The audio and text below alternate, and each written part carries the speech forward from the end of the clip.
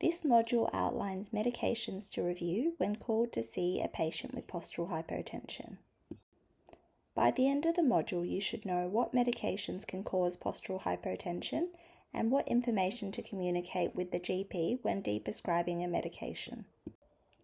Postural hypotension is defined as a drop in systolic blood pressure by at least 20 millimeters of mercury or a drop in diastolic blood pressure by at least 10 millimeters of mercury within 3 minutes of standing compared to the blood pressure while sitting or lying flat. While there are many causes of postural hypotension, it is also a common side effect of medications. Postural hypotension can be exacerbated in the hospital setting by poor oral intake, intraoperative blood loss, or prolonged bed rest.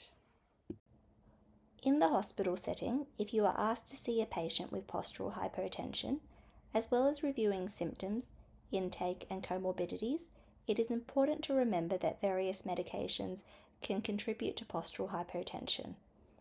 Antihypertensives or any medication that lowers blood pressure can cause postural hypotension.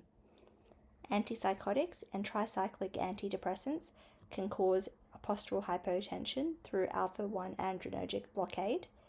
Various other medications, including monoamine oxidase inhibitors, alpha blockers, opioids, and Parkinson's medications, can also contribute to postural hypotension.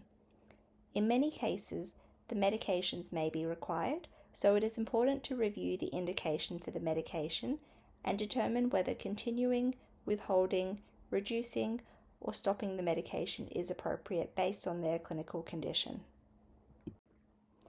If a decision is made to deprescribe or dose reduce a medication, ensure communication to the GP is clear in the discharge summary. Ensure instructions on how to wean or cease medications are clear, and also ensure the reason for stopping or reducing medications is clear. Otherwise, the GP may restart the medication.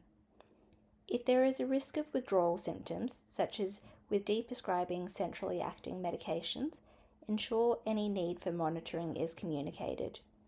If it is a complex decision, consider discussing the decision with the patient's GP before making medication changes. Also ensure communication with the patient or person responsible for medication administration is clear in order to ensure these changes are sustained in the community. For other short videos on medications to review under particular clinical scenarios, you can access other short videos on YouTube in the links below.